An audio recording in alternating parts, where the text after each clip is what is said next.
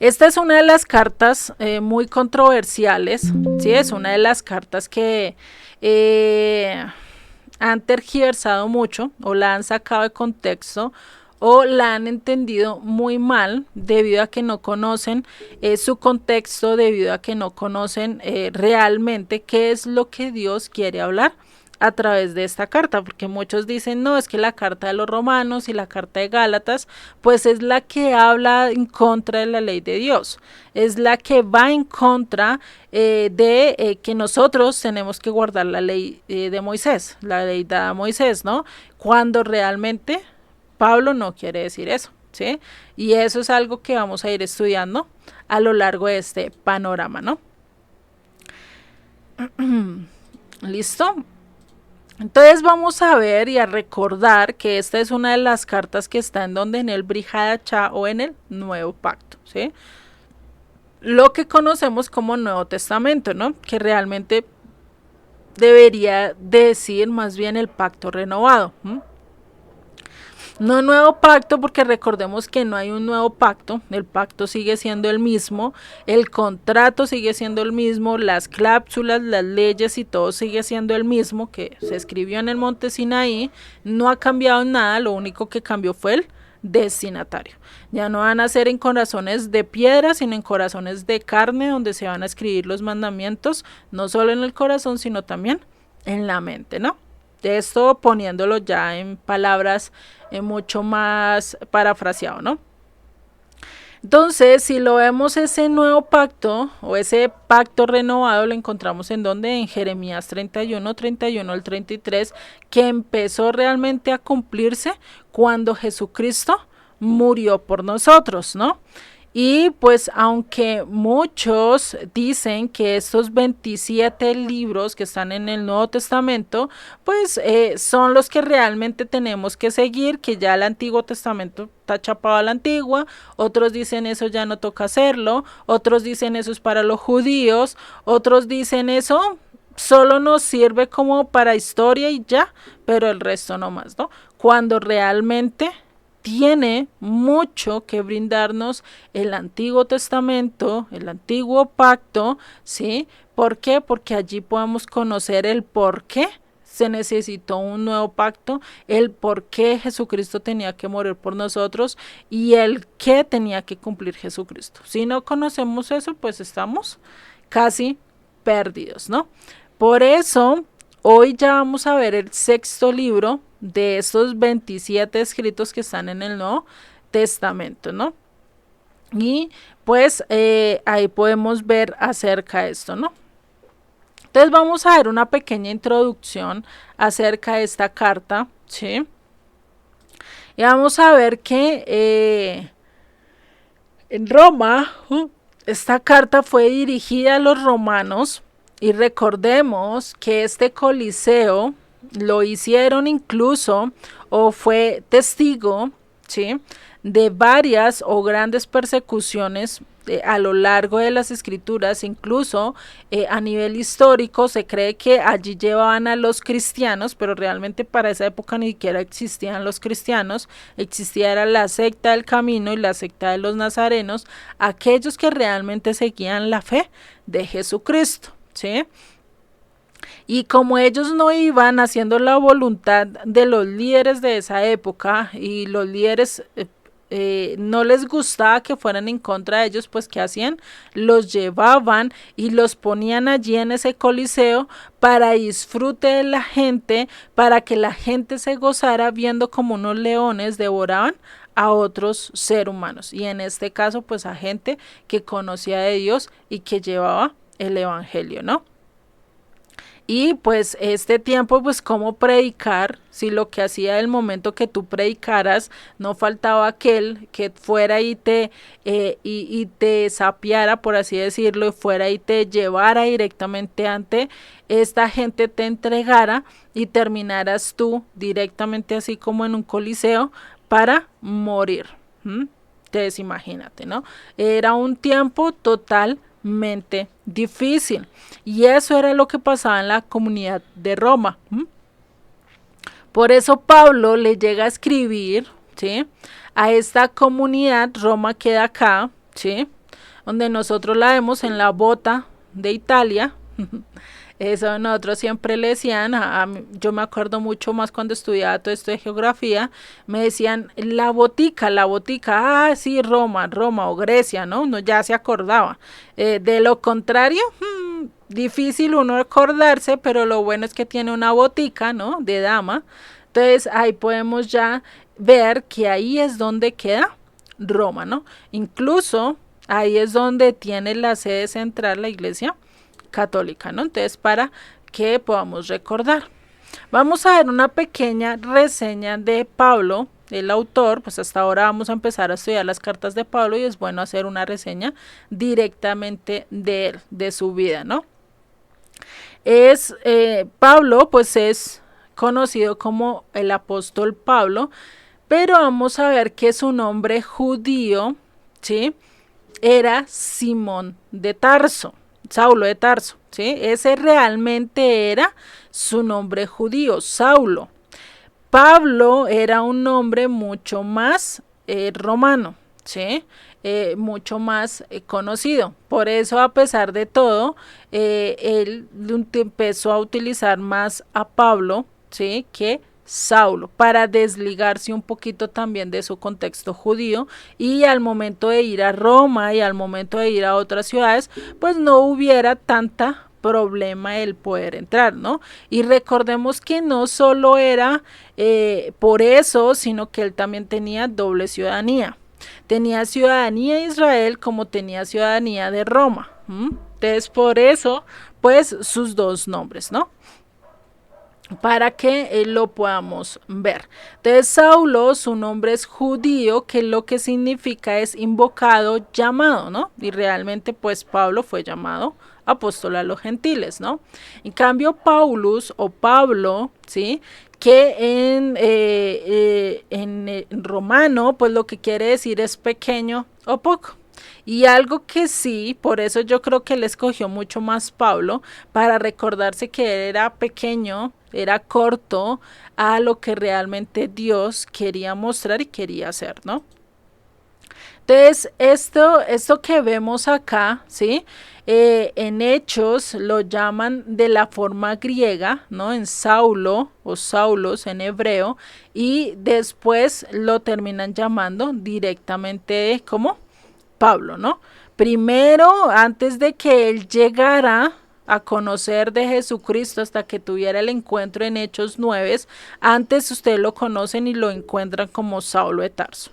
Después de ese evento, su nombre cambia y empieza a utilizar Pablo de Tarso, ¿sí?, debido a su llamado, ¿sí? Igual, pues él parte de la tribu de Benjamín, ¿no?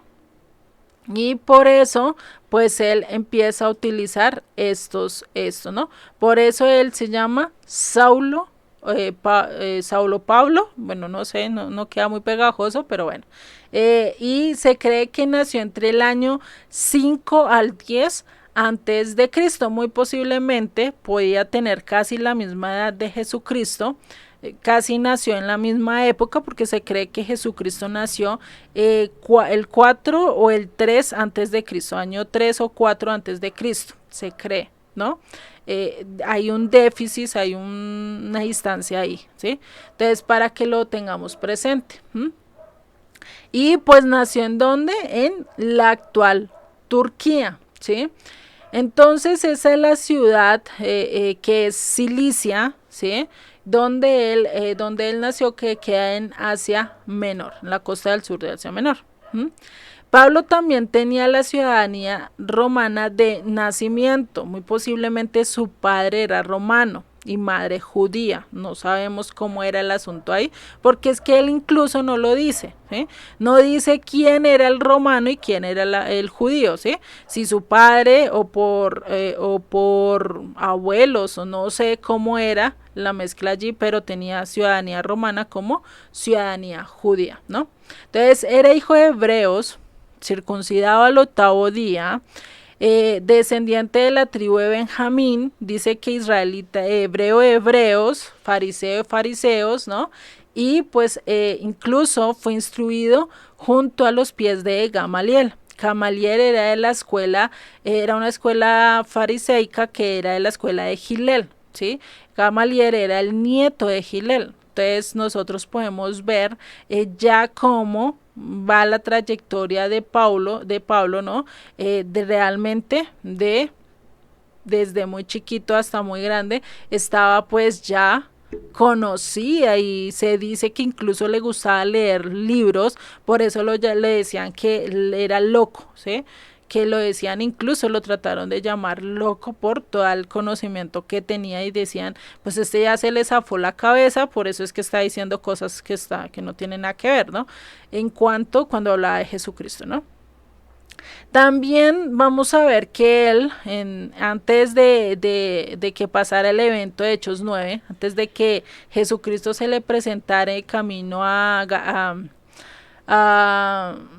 Galacia, creo que es, ya ni me acuerdo, de camino a ir, él estaba persiguiendo a la iglesia, él estaba matando a creyentes y pues fue uno de los que presenció la muerte de Esteban, del primero de los discípulos que murió, ¿sí? Entonces imagínense, ahí es donde vemos todo esto, ¿sí? Donde estamos viendo todo esto, ¿no? Entonces ahí es cuando se le aparece en Damasco, si ¿sí? Ya estaba tirando fuera el tiesto, no era Galacia, sino en Damasco, él estaba yendo a la ciudad de Damasco, ¿sí? Y en camino allá, él tenía incluso cartas ya para coger y arrestar a gente, incluso llegarlas a matar, creo que ya tenía incluso cartas para eso. Entonces empieza Jesucristo, se le aparece en una luz totalmente resplandeciente, ¿sí?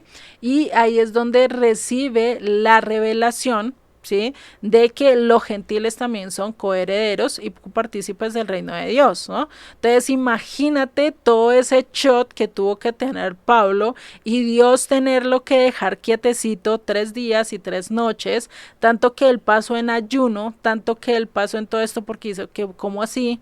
¿Qué es todo esto, no? Y tener que entender todo esto desde el principio, porque incluso es todo su ministerio duró casi 11 años parados, ¿sí? Según lo que dice la carta de Gálatas. Entonces, imagínate, ¿no? Fue un tiempo donde Pablo tuvo que procesar, donde tuvo que estudiar, donde tuvo que mirar realmente y donde tuvo que pasar el tiempo para que los demás conocieran realmente que sí había un cambio en Pablo, porque muchos no lo querían recibir apenas él comenzó, porque incluso apenas él entendió esto, apenas se le cayeron las escamas de los ojos, él trató de ir a hablar con la comunidad, pero recibió el rechazo de todos. Todos corrieron y huyeron por miedo a que él les pudiera hacer algo malo, ¿no? Imagínense, ¿no? Entonces ahí es donde vemos esta parte, ¿no? También hizo 3 viajes misioneros, ¿sí? Donde dio a conocer pues el evangelio y en cuanto a también fue perseguido en medio de sus viajes misioneros, fue encarcelado por declarar que Jesucristo era el Mesías o que Yeshua era el Mesías y pues ahí fue donde escribió todas sus cartas, ¿no? Y fue donde él escribió casi todas las cartas en medio del preso, en medio de estar todo esto, ¿no? Y recordemos que casi incluso lo matan en uno de sus viajes por estar predicando, ¿no? Que incluso lo sacaron a rastras pensando que ya estaba muerto. Entonces, si miramos en nuestra actualidad al apóstol Pablo, cuánto han distorsionado su mensaje, cuánto han desviado lo que él enseñó, como bien Pedro lo dijo, que él había dicho en sus cartas y que todo lo que han enseñado, los indoctos y los inconstantes tuercen para su propia perversión, ¿no? Entonces, eso pasó y ha pasado con Pablo, ¿no? Porque muchos dicen que él fundó el cristianismo cuando él no fundó nada. Él siguió con la misma religión, lo único era que la única diferencia es que sí creía que Jesucristo era el Mesías, pero el resto seguía guardando las instrucciones, las festividades, todo lo seguía haciendo igual que desde que era niño, ¿sí? Fue perseguido por los judíos, más bien por los perros y mutiladores del cuerpo, es decir, Él no fue perseguido tanto por los judíos de nacimiento, sino por aquellos prosélitos o por aquellos convertidos. Por eso es que él tiene muchas disputas, y eso lo vamos a ver cuando estudiemos alguna de las cartas. Vamos a ver que él dice, no, pero es que estos perros y estos mutiladores del cuerpo son los que están como cansando más, y lo tenían agotado, ¿sí? Lo perseguían mucho más. También el mensaje fue distorsionado al decir que por llevar a los gentiles a Israel fue encadenado, cuando realmente no fue por eso. Fue por predicar el evangelio, fue por llevar la instrucción, que sí llevó a los gentiles, pero lo que estaban diciendo de Pablo es que él llevó y llevaba a los gentiles un mensaje un mensaje donde no tenían que cumplir las leyes, donde no tenían que guardar la Torá, cuando realmente ese no era el mensaje de Pablo. El mensaje de Pablo era: venga, arrepiéntanse, conviértanse y sigan la instrucción. Bien claro, cuando estudiamos ahorita todas las cartas de Pablo, vamos a ver que él repite, ratifica y recontrafirma, y mejor dicho, vuelve y afirma y vuelve y repite que estemos ¿qué? En la doctrina de la verdad, en la doctrina que se nos ha enseñado desde chiquitos, en la doctrina que se enseñó desde el principio, que es ¿qué? La Torá, ¿sí? Él siempre recalcaba eso, ¿no? Y pues algo que por eso también lo condenaron. Entonces esta carta a los romanos es considerada la carta doctrinal más importante de Pablo, la más profunda, la más amplia en cuanto a doctrina hebrea, ¿sí? Y tiene que ver también con la fe en el Mesías. O sea, va ligada realmente a lo que nosotros como discípulos también tenemos que hacer, ¿no? Y más que nosotros también tenemos y hemos conocido mucho más acerca de lo que Roma ha dicho de Jesucristo, y Pablo acaba de venir a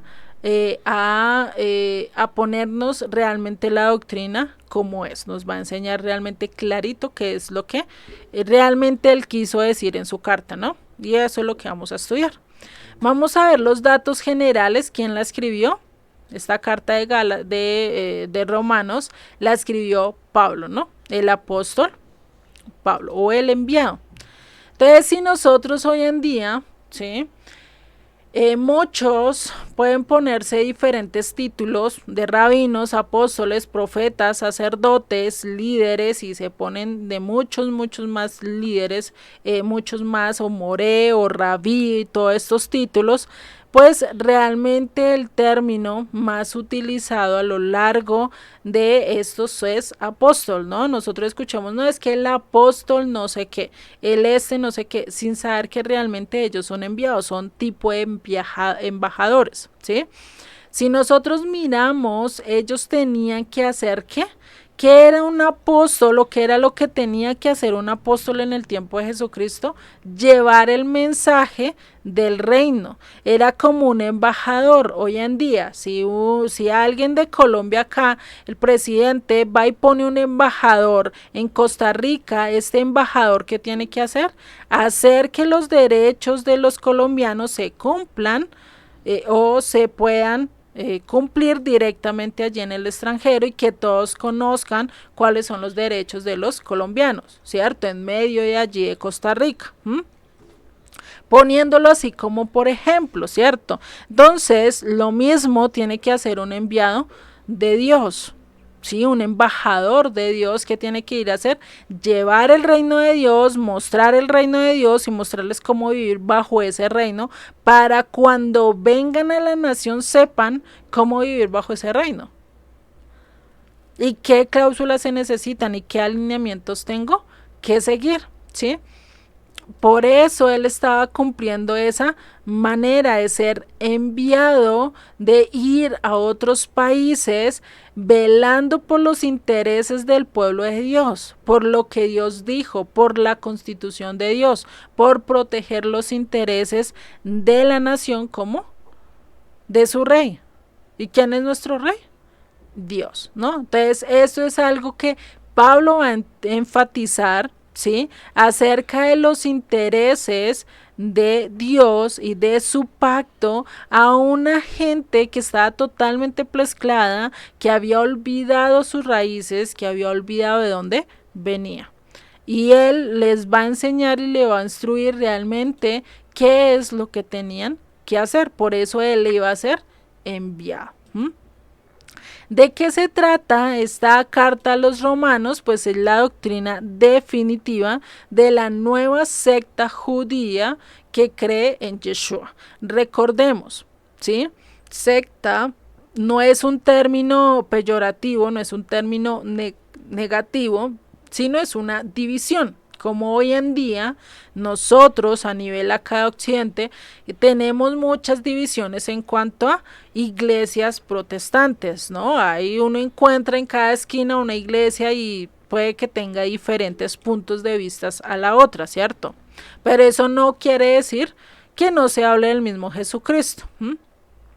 Eso era lo que pasaba a nivel de judaísmo. También hay varias sectas, ¿sí? Está el judaísmo ortodoxo, el ultraortodoxo, está el caraíta y hay muchos otros, ¿sí? que se ven allí en Israel. ¿Sí? Para la época de Jesucristo, pues recordemos que habían 4 grupos muy grandes que se diferenciaban: los saduceos, los escribas, los esenios, ¿sí?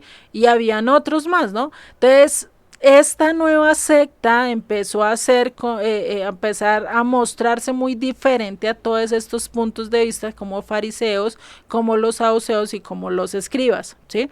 La diferencia radicaba en que ellos sí creían que Jesucristo era el Mesías, a diferencia de los demás, ¿sí? Por eso fue que llegó a tener tanta represalia y tanta negativismo en el sentido de aceptarlo, ¿no? Entonces esta carta realmente representa la doctrina nueva de una secta, ¿sí? Y que es para aclarar ciertos puntos a nivel doctrinal que estaban tratando de distorsionar o que muy posiblemente muchos estaban entendiendo mal. Y que hoy en día cogen esta carta como una de la carta doctrinal para la nueva religión, cuando realmente no está hablando de una nueva religión, ¿no? Entonces esto es lo que vamos a ver, ¿sí? Y que utilizan también la carta a los Gálatas incluso para decir que esto realmente ya no estamos bajo la ley de Dios, sino ahora bajo la ley de Cristo y muchas otras cosas que pues a veces ni se piensan ni se llevan así como, ¿cómo se dice eso? Como un periquito que repite y repite las cosas sin entender lo que dice, ¿no? Y pues olvidamos realmente lo importante, ¿no? Entonces, si nosotros miramos y entendemos realmente lo que dice la carta de Gálatas, vamos a entender realmente qué es la tradición oral, cuáles son los mandamientos de hombres y cómo Pablo pone en nivel verdadero tanto la ley de Dios como la ley oral. Que primero la ley de Dios, que primero lo que Dios mandó y después sí lo que los hombres digan siempre y cuando esté de acuerdo a la voluntad de Dios que está en las escrituras, ¿no? Entonces esto es algo que vamos a ver y por eso necesitamos entender qué era lo que los escritores querían entender, qué era lo que ellos querían mostrarnos y transmitir a través de estas cartas. Para eso necesitamos entender también que su contexto, ¿sí? No solo lo que está escrito a nivel literal, sino saber sus modismos, saber qué están citando o qué están mostrando, porque hay ciertas cosas que realmente no dice la ley de Moisés, ¿no? Entonces, recordemos, ¿no? Esta carta, ¿sí? Que de Pablo a los Gálatas, que es para los judíos, sino para aquellos que están perdidos, ¿no? O que están en medio de las naciones. Entonces esta carta a los romanos es definitivamente, no es para crear una nueva religión, no es para decir es que, ay, ya vamos a hacer otra nueva religión, no, sino que es para mostrar una nueva ramificación que se estaba presentando en el judaísmo debido a las diferencias doctrinales o de interpretación que se estaban presentando, ¿sí? Pero eso no quiere decir que estaban desligados totalmente de la fe hebrea, ¿listo? Entonces, esto es algo que podemos ver.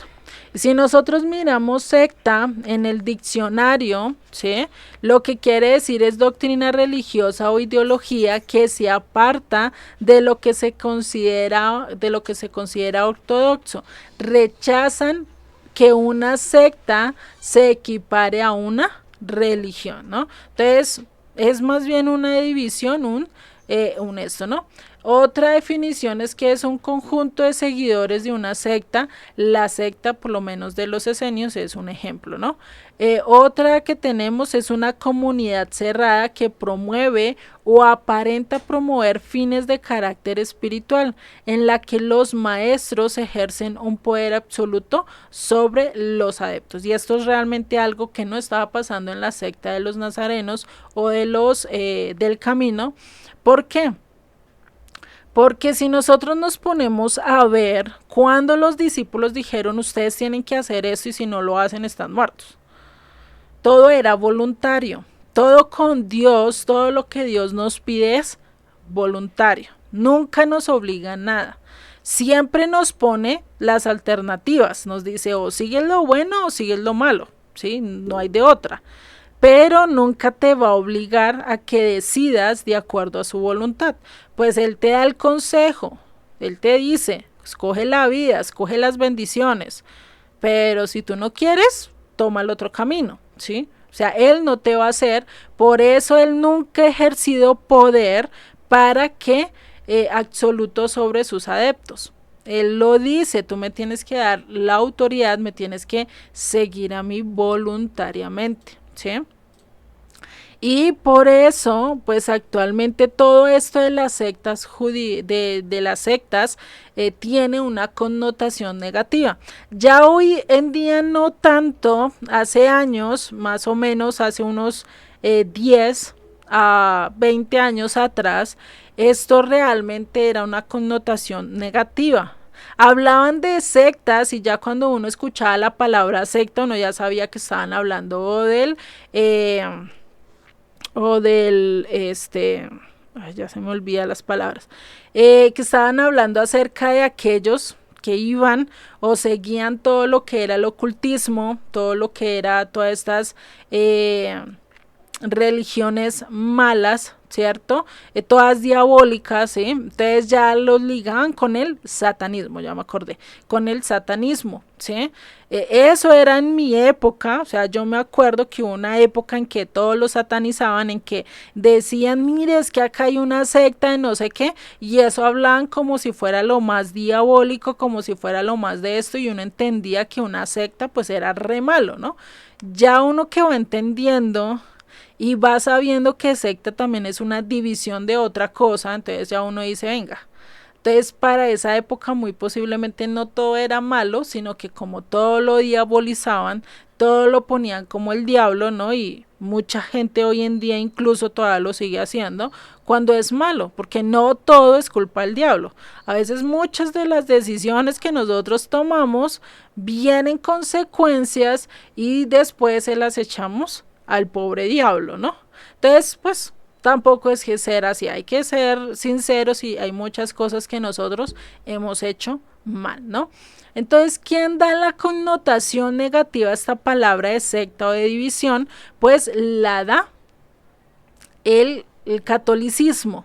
¿Por qué? Porque ellos empiezan a decir que todo el que no vaya de acuerdo a su doctrina, de acuerdo a su enseñanza, entonces eso es satánico, que eso es pervertido, que eso es totalmente malo, negativo, es mejor dicho, ¿sí? Que no hay que seguirlo. Sí, por eso hubo una época que se levantó mucho acerca de eso, que todo, mejor dicho, era negativo, ¿sí? Todo era el diablo, ¿sí? Y a mí incluso yo decía, pero ¿por qué todo el diablo, no? Pero pues son cosas que muchos acarrean con esto, incluso todavía muchos tienen mucha esa creencia de decir todo lo hace el diablo, ¿no? Cuando realmente no, Hay muchas cosas que las hacemos nosotros mismos y nosotros mismos caemos en ese error, ¿no? Entonces, si nosotros ya cuando entendemos y pasamos todo lo que vemos en el libro de los Hechos, vemos que la palabra acepta no tiene ningún signo o negativo, significado negativo, simbolismo negativo, sino que es todo lo diferente. Es una división más en medio de todo el judaísmo, porque a lo largo del libro de los Hechos y de los Evangelios encontramos muchas sectas. Está la secta de los fariseos, está la secta de los esenios, está la secta de los escribas, de los saduceos, de los esenios, y fuera de eso también empieza a verse esta división con los nazarenos o los del camino, que eran aquellos que seguían a Jesucristo, ¿no? Entonces vemos todas estas divisiones que realmente partían de ciertas interpretaciones diferentes a la otra. Por lo menos los saduceos solo toman la Torá como verdadera y el resto de los libros no, ¿sí? Por lo menos los fariseos toman todo el Tanakh, lo estudian, pero no creen que Jesucristo sea el Mesías. A diferencia de los del camino, ¿sí? O la secta de los nazarenos, ellos en qué creían, en todo el Tanakh, ¿sí? Igual que los fariseos, guardaban y trataban de cumplir, pero se diferenciaban de los fariseos ¿en qué? En que sabían que Jesucristo era el Mesías, en que comprendían esto, ¿sí? A diferencia de los demás. Entonces por eso venían esas divisiones y esas discrepancias entre ellos, ¿sí? Igual que lo hay entre el cristianismo, igual que lo hay en ciertas denominaciones, ¿no? Que vienen a pelearse, no, usted es de la denominación tal, yo soy de la denominación tal, no, mejor no, ¿sí? De lejitos, ¿sí? ¿Por qué? Porque se ha creado eso como que las divisiones son malas, como que esto, al fin y al cabo adoramos al mismo Dios, al fin y al cabo adoramos al mismo Rey de Reyes, seguimos las mismas escrituras. ¿Por qué dividirnos? Si tenemos una interpretación diferente, eso no evita que seamos hermanos, ¿no? Lo mismo cuando hay hermanos o cuando tenemos 2 o 3 hermanos más, ¿no? Podemos tener discrepancias, podemos tener diferencias, pero eso no quita que seamos hermanos. Eso no quita que seamos de la misma madre y del mismo padre, ¿cierto?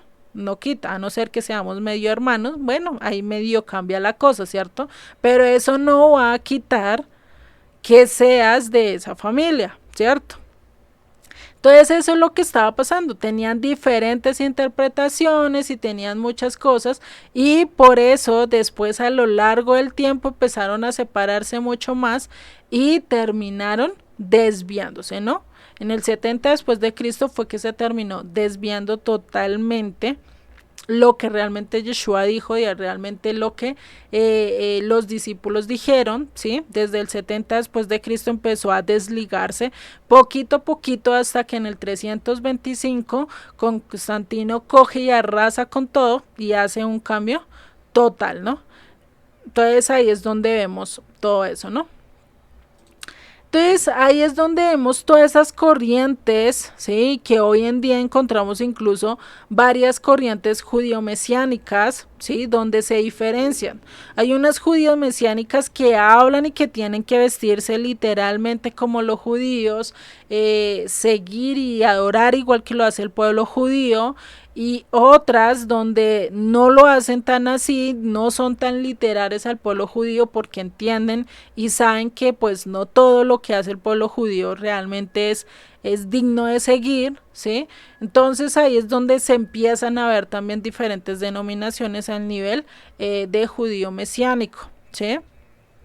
Entonces todo eso tenemos que tener en cuenta, ¿no? Y que incluso hay muchos que empiezan a seguir a Jesucristo, a adorar a Jesucristo, pero terminan perdiendo un poquito el diseño de lo que realmente quieren, ¿no? Entonces hoy todavía recordemos Hay muchos que creen en Jesucristo y que quieren seguir la Torá y guardar los mandamientos y quieren, incluso se ha tratado de que sea una secta más de los judíos, es decir, este judío mesiánico, que sea y se acepte como una secta más del judaísmo.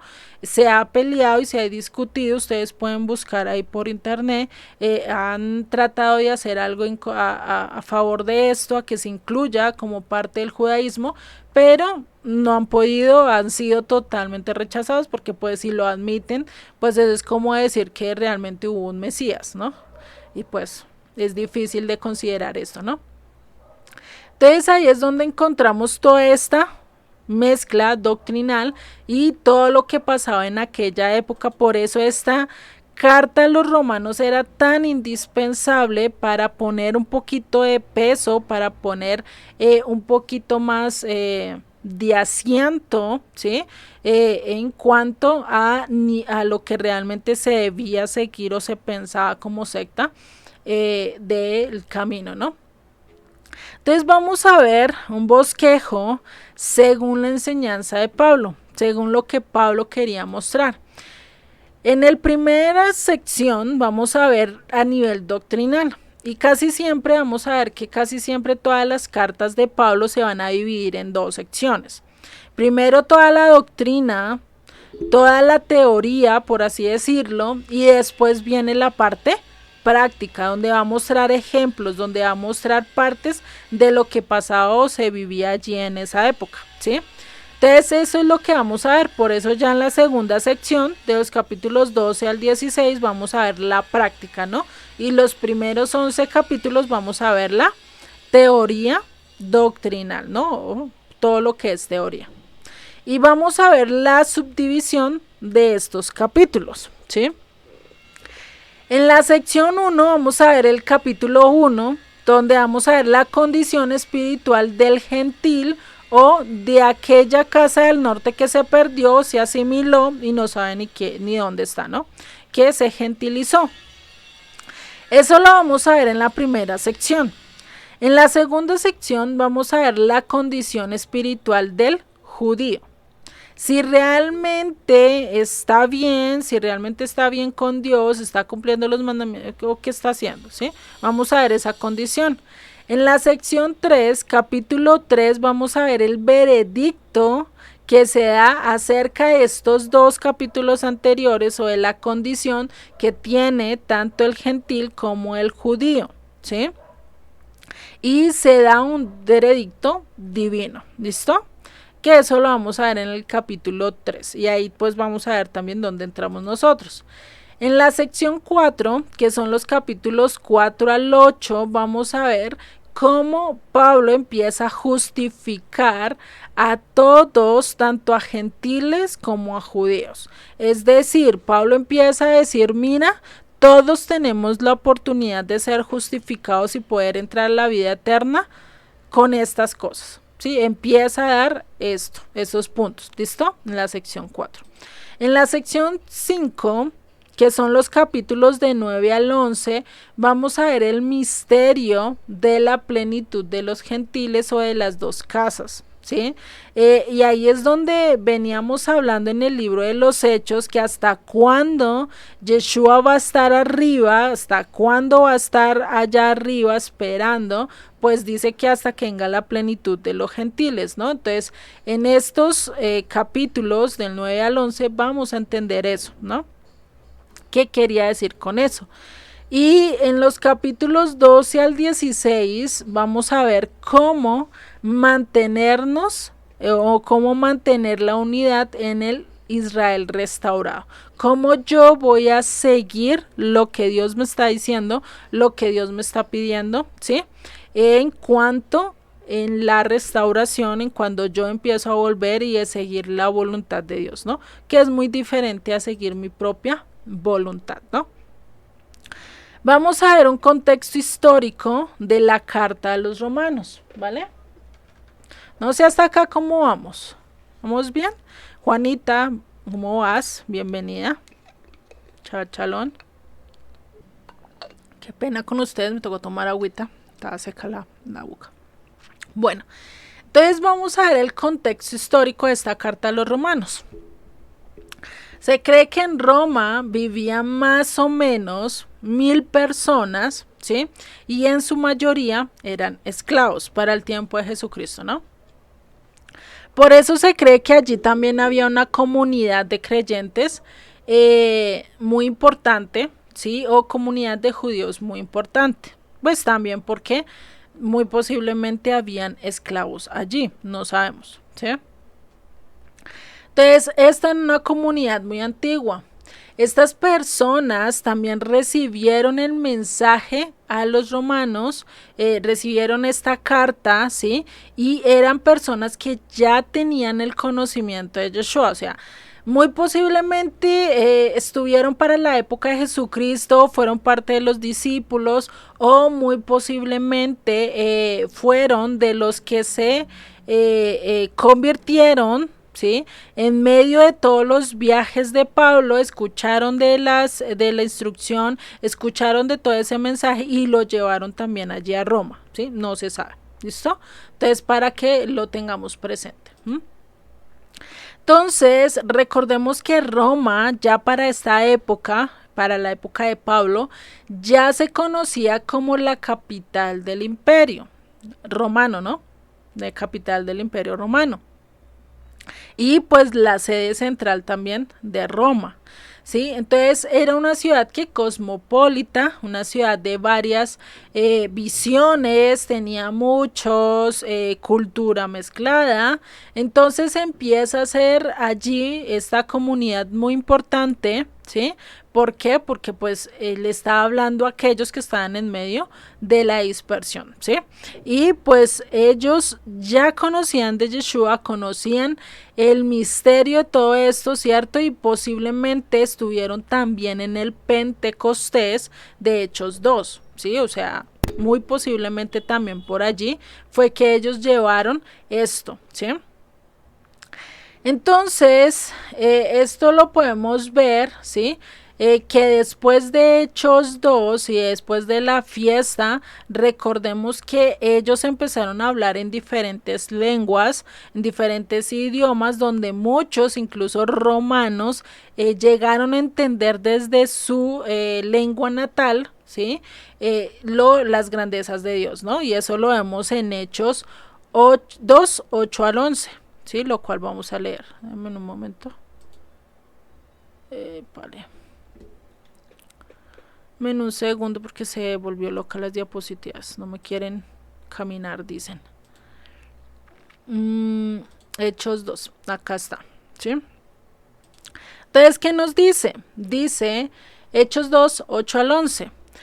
¿Cómo pues les oímos nosotros hablar cada uno en nuestra lengua en la que hemos nacido? Partos, medos, elamitas y los que habitamos en Mesopotamia, en Judea, en Capadocia, en el Ponto y en Galacia, en Frigia y en Pafilia, en Egipto y en regiones de África más allá del Cirene, y romanos aquí residentes, tanto judíos como prosélitos, cretenses y árabes, les oímos hablar en nuestras lenguas las maravillas de Dios. Entonces, muy posiblemente acá habían muchos romanos que conocieron de Dios, que se convirtieron, que entendieron lo que estaba pasando con Yeshua, vieron todo el testimonio, incluso llegaron a entender y a escuchar incluso de los propios romanos, del ejército romano, todo lo que había pasado con Jesucristo, toda esa evidencia, pues hizo que ellos creyeran mucho más en Jesucristo, ¿no? Como el Mesías. Entonces ellos fueron testigos del derramamiento del Espíritu Santo y del hablar en lenguas, tanto que en ese momento se convierten 3000 judíos. Y muy posiblemente entre esos judíos habían unos que eran de nacimiento romano.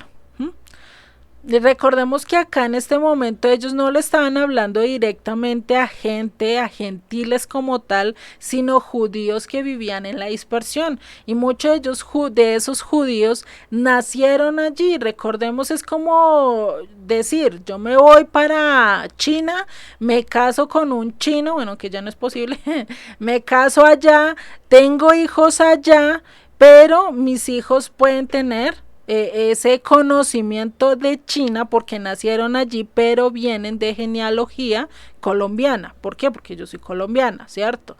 Eso es algo así parecido a lo que estaba pasando en ese entonces, ¿listo? Con los judíos.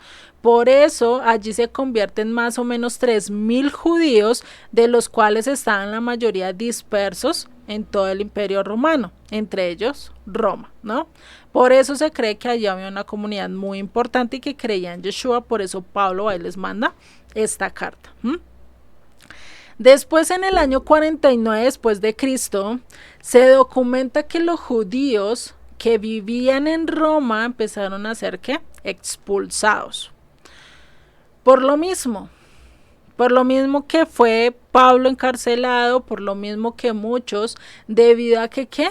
Debido a que esta comunidad se había convertido oficialmente ¿a qué? Al judaísmo, y como ya había sido parte del judaísmo, ya estaba empezando a rozar para esta época, para el año 49, ya estaba empezando a rozar con lo que el imperio romano quería.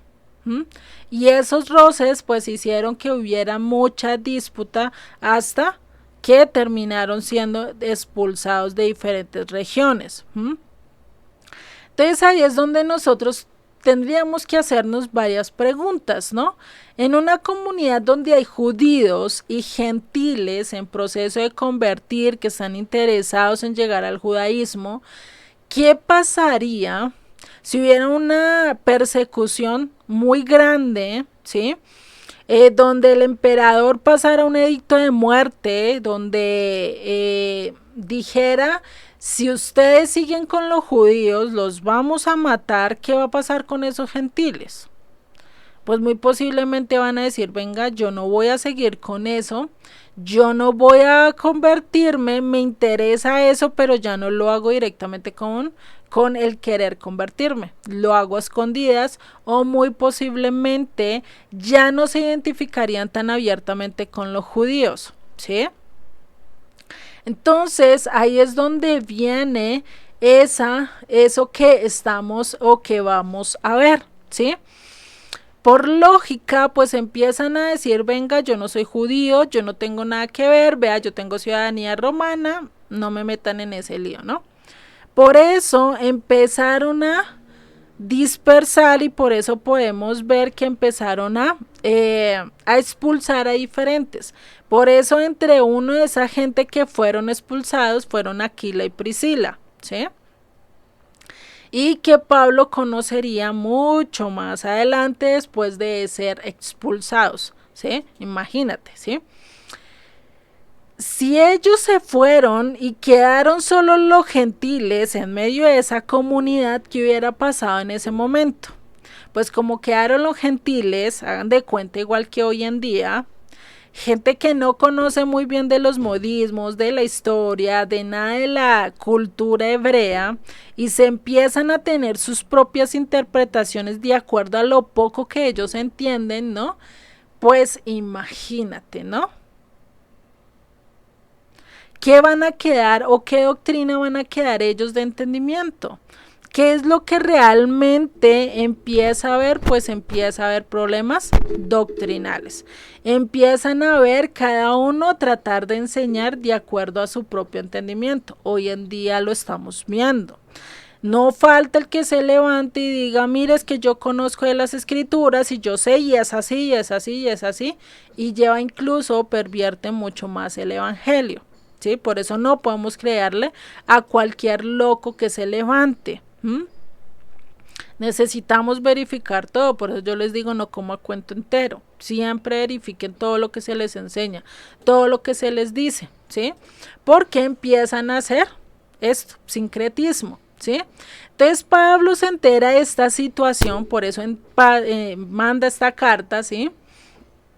porque estaban haciendo mezclas de doctrina hebrea con filosofías totalmente griegas y empiezan a hacer mezclas. Es lo mismo que hoy mezclar a Jesucristo con Buda y con otras religiones, ¿sí? Entonces, pues imagínate, cuando realmente no se pueden mezclar, son totalmente diferentes. Y por eso, a raíz de todos estos problemas doctrinales, es que escribe esta carta a los romanos, ¿sí? Y empieza a hablar de ello, ¿sí? Y el principal problema que tenía esta comunidad es por eso que él escribe el capítulo 11, verso 25. ¿Cuál era el problema que ellos más tenían? Dice, porque no quiero, hermanos, que ignoréis este misterio, para que no seáis arrogantes, para que no se jacten en cuanto a vosotros mismos. O sea, para que no crean que ellos son los únicos salvos y que ellos son realmente bien, y pensando que ya los judíos los habían desechado, pues no, ¿sí? No te jactes, porque pues realmente de qué te jactas, ¿no? Si este mensaje es para todos, porque los judíos, por eso dice que ha acontecido a Israel endurecimiento en parte, a Israel se le endureció en parte, tenía, ¿sí? No entendiendo ciertas cosas, pero ahí es donde vemos lo que Dios quería hablar acerca de esto. Por eso tenemos que tener cuidado con el sincretismo, con el ligar, con el querer tener la paz, pero realmente Dios no nos llama a hacer eso, sino que a defender nuestra fe, ¿no? Y lastimosamente muchos se pervierten en esto y empiezan a hacer una mezcla de lo uno con lo otro, con lo que mejor les parece, ¿no? Y ahí es donde tenemos que tener cuidado, ¿listo? Entonces vamos a entrar a la primera sección, donde vamos a ver la condición espiritual del gentil.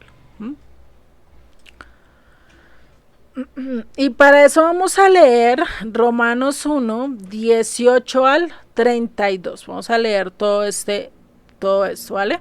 Dice, porque la ira de Dios se revela desde el cielo contra toda impiedad e injusticia de los hombres que detienen con injusticia la verdad.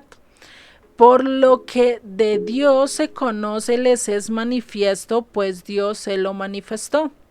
Porque las cosas invisibles de Él, su eterno poder y deidad, se hacen claramente visibles desde la creación del mundo, siendo entendidas por medio de las cosas hechas, de modo que no tienen excusa. Pues habiendo conocido a Dios, no le glorificaron como a Dios, ni le dieron gracias, sino que se envanecieron en sus razonamientos, y su necio corazón fue entenebrecido. Profesando ser sabios, se hicieron necios, y cambiaron la gloria del Dios incorruptible en semejanza e imagen de hombre corruptible, de aves y de cuadrúpedos y de reptiles. Por lo cual también Dios los entregó a la inmundicia en las concupiscencias de sus corazones, es decir, en los malos deseos de sus corazones, de modo que deshonraron entre sí sus propios cuerpos, ya que cambiaron la verdad de Dios por la mentira, honrando y dando culto a criaturas antes que al Creador, ¿sí? El cual es bendito por los siglos. Amén. Por esto Dios los entregó a pasiones vergonzosas, pues aún sus mujeres cambiaron el uso natural que es en contra de la naturaleza, y de igual modo también los hombres dejaron el uso natural de la mujer y se encendieron en su lascivia unos con otros, cometiendo hechos vergonzosos hombres con hombres y recibiendo en sí mismos la retribución debida de su extravío. Y como ellos no aprobaron tener en cuenta a Dios, Dios los entregó a una mente reprobada para hacer cosas que no convienen, estando atestados de toda injusticia, fornicación, perversidad, avaricia, maldad, llenos de envidia, homicidios, contienda, engaños y malignidades. murmuradores, detractores, aborrecedores de Dios, injuriosos, soberbios, altivos, inventores de males, desobedientes a los padres, necios, desleales, sin afecto natural, implacables, sin misericordias, quienes habiendo entendido el juicio de Dios y que los que practican tales cosas son dignos de muerte, no solo las hacen, sino que también se complacen con los que las practican. Imagínate, ¿no? Y eso es lo que vamos a venir estudiando en este primer capítulo. Entonces, en estos versos encontramos un veredicto divino acerca de la humanidad. Cómo Dios se manifiesta a través de la creación, cómo Él muestra su existencia a través de las cosas ya creadas, de lo que vemos, de los árboles, de las plantas, de los animales, Él se manifiesta su poder. ¿Sí? Por eso en Romanos 1:20 que nos dice, porque las cosas invisibles de Él, su eterno poder y deidad, se hacen claramente visibles desde la creación del mundo, siendo entendido por medio de las cosas hechas, de modo que no tienen excusa. Es decir, nosotros tenemos por así decirlo, dos Torás o dos leyes. Tenemos la ley natural, ¿sí? Que es la que nosotros conocemos como la naturaleza, ¿sí? Tenemos el espacio, todos estos planetas, todas las estrellas, tenemos todo lo que vemos a nuestra vista, a nuestro alrededor, las leyes de la naturaleza, los diferentes ecosistemas, los diferentes animales, ¿sí? Tanto cuadrúpedos, insectos, reptiles, aves. Tenemos también las diferentes especies a nivel de plantas, tanto grandes, pequeñas, chiquitas, que subsisten en el agua, que no subsisten en el agua, ¿cierto? Todas estas cosas nos muestran el poder de Dios. Porque nosotros no podemos decir que por casualidad se creó todo, ¿sí? O que por casualidad todo fue un diseño y que por medio de una explosión se crearon de una sola especie de plantas 1000 diferentes, ¿no? O sea, no es así. Nosotros conocemos por lo menos de los helechos y los helechos tienen diferentes otras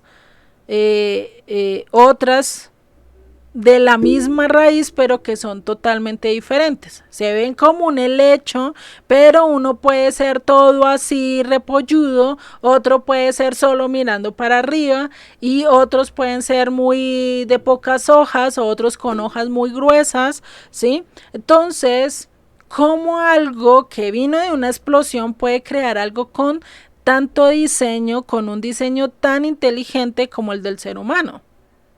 El cuerpo del ser humano todavía no se ha comprendido a totalidad y hay ciertas enfermedades que se conocen, que ya saben más o menos cómo se tratan, pero no saben el por qué se da esta enfermedad o qué es el fallo o qué es lo que necesita, ¿no?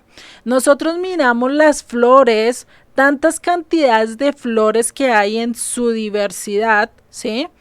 Y decimos, venga, ¿cómo es que hay flores tan diminutas, como hay flores tan grandes, que nosotros decimos, venga, o sea, eso no lo hizo una simple persona, eso no lo hizo una simple explosión, eso no lo hizo algo por un accidente, ¿no? Eso tuvo que haber un diseñador por detrás. Nosotros no decimos, no, es que a esa maqueta se creó porque sí.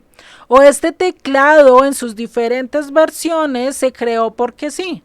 No, detrás de ellos siempre hay un diseñador, siempre hay alguien que ejecuta ese diseño y lo hace no solo tangible, sino inteligente. Porque ¿cómo explicas que esta mano sirva para coger, para pellizcar, para aplaudir, sirva para muchas cosas, cuando realmente el principio era de barro? Y ya se ha comprobado que la mayoría de lo que nos compone nuestro cuerpo es de lo mismo que se compone el barro. Son cosas que nosotros podemos ver. Entonces Dios sí muestra el poder a través de su creación. ¿sí? Por eso Albert Einstein dijo, Dios no juega los dados. Dios no hace las cosas por azar. Él lo diseña todo con inteligencia, con sabiduría, con entendimiento. Igual que todo lo que Dios ha permitido que el hombre cree o crea, ¿no? Entonces, eso es algo que debemos de expresar. Dios no ha hecho las cosas al azar, Dios las hizo con un fin y un propósito. Por eso es que dice que las maravillas o la naturaleza habla de lo que Dios hizo, ¿no? Por eso dice que habla de las obras de la mano de Dios. Entonces, a ver que la humanidad, el darle las gracias a un árbol, el besar el suelo y decirle dame la energía, ¿será que realmente es coherente con lo que nosotros podemos ver? Cuando realmente eso no es darle la gloria a Dios, eso es pensar que una maqueta se va a beneficiar por otra maqueta, porque como estamos hechos del mismo lado, pues entonces ella me va a beneficiar y me va a dar todo lo que necesito. Eso es el colmo de la necedad. Es el colmo de decir que una plastilina, porque se pega a la otra, ya van a hacer algo totalmente diferente y, mejor dicho, a tener la energía que corresponde, ¿no? No es lo mismo. Por eso es algo de la rebeldía del ser humano, de no querer reconocer a Dios como el dador de la vida. Y esa es la decadencia del hombre y del ser humano, cuando dejamos de obedecer y dejamos de darle gracias a Dios, dejamos de ser agradecidos con Dios para darle las gracias a cosas que no tienen nada que ver, que también fueron diseñados por el mismo creador. No es lo mismo yo coger y tener 2 cámaras, 3 cámaras y a las 3 darles las gracias por existir. ¿Será que las cámaras me van a hacer algo, me van a ayudar en algo? No, porque son seres creados por alguien. ¿Qué tal si yo voy al creador y le digo, uy, qué chévere tu cámara, está muy buena, ojalá le integraras esto? ¿Qué puede hacer? El creador lo puede hacer y le puede integrar y le puede hacer el cambio, ¿cierto? Pero ¿qué pasa cuando yo me voy al mismo diseño que Dios creó? Estoy perdiendo, ¿cierto? No voy como Dios realmente quiere. Por eso esta decadencia nos lleva a lo que dice el verso 28. Y como ellos no aprobaron tener en cuenta a Dios, Dios los entregó a una mente reprobada para hacer cosas que no convienen. ¿Cuáles son las cosas que no convienen? La soberbia, la pornografía, la rebeldía, la rebelión, la guerra, la codicia y muchas otras de las cosas que incluso se nombran en este mismo capítulo, ¿sí? En los versos del 29 al 31. Sí, entonces ahí es donde nosotros tenemos que mirar realmente qué es lo que tenemos que quitar. Por eso es que ellos, que dice, estando atestados de toda injusticia, fornicación, perversidad, avaricia, maldad, llenos de envidia, homicidios, contienda, engaños y malignidades, murmuradores, detractores, aborrecedores de Dios, injuriosos, soberbios, altivos, inventores de males, desobedientes a los padres, necios, desleales, sin afecto natural, implacables y sin misericordia. O sea, todo eso resalta a aquellos que no quieren mirar a Dios. Por eso dice, a los cuales que dijeron no vamos a tener en cuenta a Dios, vamos a desechar a Dios. ¿Qué ha pasado con la humanidad en estos últimos años, que ha venido desechando a Dios? Desechando a Dios de las oficinas, desechando a Dios de las universidades, colegios, del mismo hogar. ¿Qué ha pasado? ¿Por qué el mundo está como está?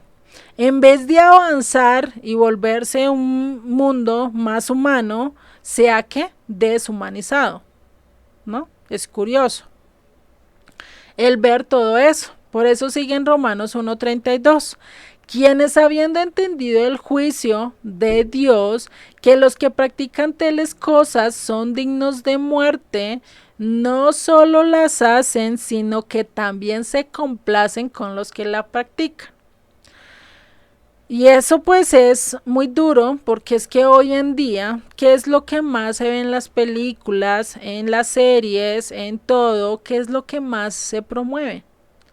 La maldad, el sexo, la codicia, la muerte, el matar, ¿cierto? Qué es todo esto? Se promueve la guerra, ¿sí? Se promueve toda la injusticia, toda la maldad de la cual estábamos viendo en los versos 29 en adelante, ¿no? Y ahí entonces, ¿qué juicio nos tocaría a nosotros? ¿Qué esperamos nosotros como gentiles en medio de las naciones? ¿Cuál sería el veredicto realmente para nosotros? Pues el veredicto es que ¿qué? Que somos culpables delante de Dios. Somos culpables. No hay algo que nos saque. Tenemos, y Dios nos ha hablado de diferentes maneras, un Dios que puede sostener el universo y que no se estrelle una galaxia con otra galaxia, que no se estrelle un planeta con otro planeta, no lo hemos llegado a ver. ¿Dónde han visto que una estrella se estrelle con otra estrella? Vaya la redundancia, ¿no? Se entienda un poquito el trabalenguas. Entonces, imagínate, ¿no? No ha pasado. Entonces ahí es donde vemos esa condición a nivel nosotros de gentiles, que por no reconocer la grandeza de Dios y el diseño de alguien supremo, ¿sí?, que diseñó todo lo que vemos, se nos olvida agradecer realmente a Dios, ¿no? Porque nosotros, ¿cómo podemos decir cuando truena? Ustedes no sienten como que, uy, algo pasó grande, como que esto no es normal, ¿cierto? Imagínate, ¿no? Si eso no nos llama la atención y hacemos de cuenta que eso es normal, que hay la naturaleza, pues sí es parte de la naturaleza, pero es también Dios llamando la atención, ¿no? Entonces vemos eso. Eso sería como el primer capítulo. Hoy viendo pues que realmente somos culpables por no atender al llamado, por no reconocer que Dios nos habla a través de la creación, a través de las maravillas, ¿no? Y pues ya la próxima clase seguimos estudiando acerca de esta carta y cómo se ha malinterpretado a lo largo de la historia, ¿no? Oremos y finalizamos con la sección de hoy. Señor y Padre, te damos gracias, gracias Padre Celestial por tu amor, por tu misericordia, por tu poder. Ayúdanos a caminar realmente de acuerdo a tu voluntad, de acuerdo a lo que tú nos pides. Ayúdanos a hacer frente a aquello que va en contra de ti, a las maldades, a la rebelión. Si hay rebelión en nosotros, ayúdanos, Señor, a sacarla, a no dejar que influya en nuestras vidas, sino que la podamos sacar de nosotros mismos, Padre. Que seas tú el que nos dé la sabiduría, el entendimiento para reconocer tu grandeza, tu señorío, tu diseño, Padre, ese diseño tan grande que has hecho incluso en nuestras propias vidas, Padre. Te doy gracias por Juanita, por María Elena, por Margarita y por aquellos que vayan a ver el video después, Padre, que seas tú el que les hables, que seas tú el que les enseñes, que seas tú el que dirija sus corazones y les des el entendimiento cada día más, Padre. Te doy gracias en el nombre de Yeshua. Amén y amén.